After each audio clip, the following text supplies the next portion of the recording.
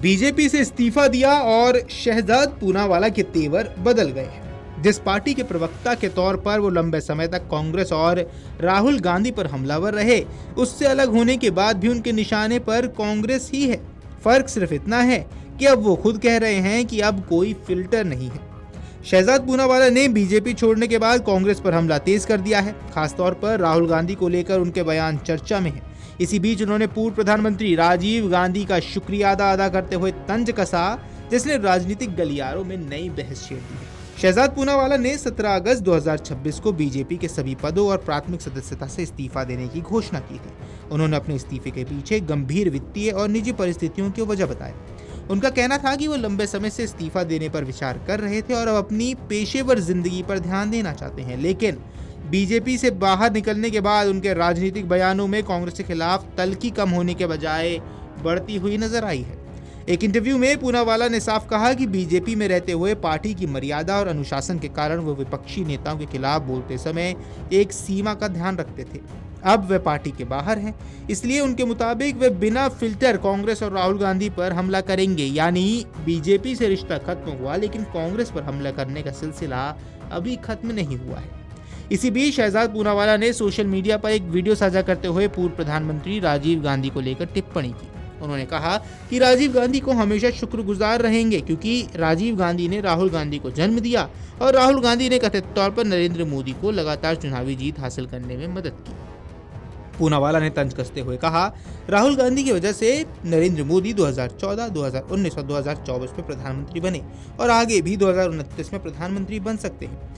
इसी व्यंग्यात्मक अंदाज में उन्होंने राजीव गांधी को प्रधानमंत्री मोदी का सबसे बड़ा समर्थक तक बता दिया। अब ये बयान असल में राहुल गांधी के खिलाफ उनके पुराने राजनीतिक हमलों का ही विस्तार है, लेकिन अब इसे बीजेपी के भीतर से नहीं बल्कि बीजेपी छोड़ने के बाद दिया गया है। पूनावाला ने एक और पोस्ट में राहुल गांधी को सीधे संबोधित करते हुए लिखा, no filter now Rahul Gandhi, be ready. यानी उनका संदेश साफ था कि बीजेपी में रहते हुए जो राजनीतिक मर्यादा उन्हें रोकती थी, अब वह बाधा नहीं है। पूनावाला का दावा है कि पार्टी लाइन के कारण उन्हें विपक्ष के नेताओं पर व्यक्तिगत या तीखा हमला करने से बचना पड़ता था। अब जब वो पार्टी से अलग हो चुके हैं तो राहुल गांधी और कांग्रेस की नीतियों पर खुलकर हमला करेंगे।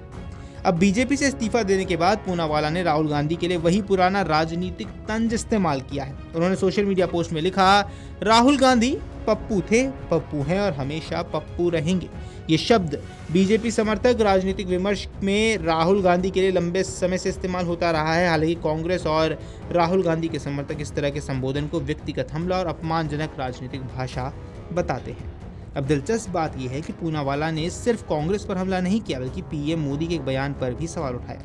उन्होंने पीएम मोदी के दिमागी नक्सल वाले बयान पर टिप्पणी करते हुए कहा कि अगर ऐसी भाषा इस्तेमाल करनी ही थी तो उन्हें बददिमाग नक्सल कहना चाहिए था। यानी बीजेपी से बाहर निकलने के बाद उनके निशाने पर सिर्फ विपक्ष नहीं बल्कि बीजेपी नेतृत्व की भाषा भी आती दिखाई दे रही है। यही संकेत है कि पूनावाला अब किसी राजनीतिक पार्टी की आधिकारिक लाइन के तहत बयान देने के बजाय अपनी व्यक्तिगत राजनीतिक शैली में बात करना चाहते हैं। पूनावाला के बीजेपी छोड़ने के बाद एक स्वाभाविक सवाल भी उठा कि क्या वो वापस कांग्रेस में जाएंगे। हालांकि उनके बयानों के मुताबिक उन्होंने कांग्रेस में वापसी की संभावना को खारिज किया है। एक बातचीत में कांग्रेस नेतृत्व को लेकर अपनी पुरानी आलोचना दोहराते हुए उन्होंने कहा कि अगर पार्टी में गांधी परिवार के शीर्ष नेता को हटाया जाए तो वो अलग स्थिति हो सकती है। इससे फिलहाल ये तो स्पष्ट है कि बीजेपी से अलग होने का मतलब कांग्रेस में वापसी तो बिल्कुल नहीं है। सबसे बड़ा सवाल यही है कि बीजेपी से बाहर आने के बाद शहजाद पूनावाला का अगला राजनीतिक कदम क्या रहने वाला है। अब फिलहाल किसी नई पार्टी में जाने की घोषणा नहीं की है, बल्कि उनका कहना है कि वे अपने राजनीतिक यात्रा को संगठनात्मक जिम्मेदारियों से अलग रखना चाहते हैं और निजी तथा पेशेवर प्राथमिकताओं पर अब वो ध्यान देंगे। लेकिन उनके ताज़ा बयान ये जरूर दिखा रहे हैं कि पार्टी छोड़ने के बावजूद उनका राजनीतिक मुकाबला कांग्रेस और राहुल गांधी से जारी रहेगा। Video desk Amarujala dot com. अगर आप ये वीडियो YouTube पर देख रहे हैं तो हमारे चैनल को सब्सक्राइब कर बेल आइकन दबाएं और Facebook पर देख रहे हैं तो हमारे पेज को लाइक करें।